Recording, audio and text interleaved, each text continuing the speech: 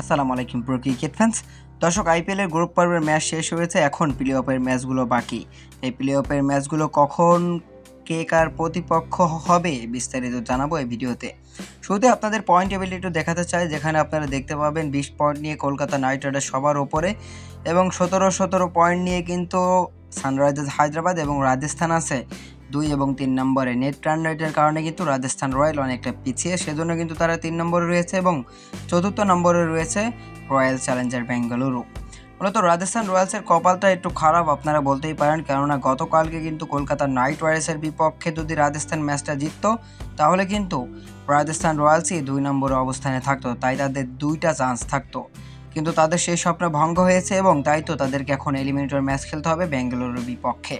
আর প্রথম qualifier match খেলতে হবে কলকাতা নাইট রাইডার্স এবং সানরাইজার্স হায়দ্রাবাদকে, যেখানে একবার হেরে গেলেও কিন্তু পরে আর একটা সুযোগ পাবে। আর এলিমিনেটর ম্যাচে বেঙ্গালুরুর প্রতিপক্ষ রাজস্থান রয়্যালস, এই ম্যাচে যে জয় পাবে সে কিন্তু প্রথম কোয়ালিফায়ারে যে ম্যাচ হেরে যাবে তার বিপক্ষে আবার দ্বিতীয় কোয়ালিফায়ার ম্যাচটা খেলবে। তাই তো এই 4টি ম্যাচ আছে, বাদবাকি যে 4টি ম্যাচ আছে ফাইনাল সহ, এই 4টি ম্যাচে কিন্তু খুব জমজমাট লড়াই হবে, কেননা যে 4টা দল প্লে অফে উঠেছে সে 4টা দলই কিন্তু খুবই দুর্দান্ত। তো দর্শক, আপনার মতামত অবশ্যই আমাদের ভিডিওর কমেন্ট বক্সে করবেন যে শেষ পর্যন্ত কে হবে 2024 আইপিএলের চ্যাম্পিয়ন।